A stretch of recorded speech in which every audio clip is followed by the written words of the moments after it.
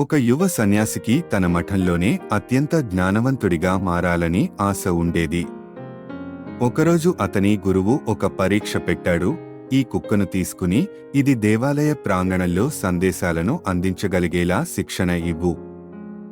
ఆత్మవిశ్వాసంతో సన్యాసి శిక్షణ ప్రారంభించాడు. కాని ప్రతిసారి అతను కుక్కను పంపినప్పుడు అది పక్షులను వెంబడించేది, మట్టిలో ఆడేది లేదా తప్పు సందేశంతో తిరిగి వచ్చేది. రోజులు గడిచాయి, వారాలు మారాయి. అతను శిక్షణ కోసం అన్ని మార్గాలను ప్రయత్నించాడు.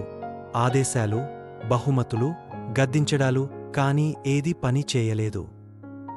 విసిగపోయిన అతను తన గురువుని కలసి, నేను విఫలమయ్యాను. ఈ కుక్క ఎప్పటికీ నేర్చుకోదు అన్నాడు. గురువు చిరునవ్వు చిందిస్తూ అడిగాడు, నువ్వేమీ నేర్చుకున్నావు?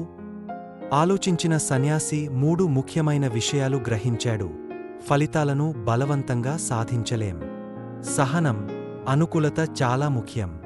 వైఫల్యం ఓటమి కాదు, అది ఒక గొప్ప ఉపాధ్యాయుడు. ఇది తెలుసుకున్న తర్వాత అతను తన పద్ధతిని మార్చుకున్నాడు. కుక్కను బలవంతంగా శిక్షించకుండా దానిని గమనించడం మొదలుపెట్టాడు. దీనిని ఏది ఆనందింపజేస్తుందో, ఏది ఉత్సాహపరుస్తుందో అర్థం చేసుకున్నాడు. కొంతకాలానికి సహనంతో కుక్క సందేశాలను సరైన విధంగా అందించడం ప్రారంభించింది.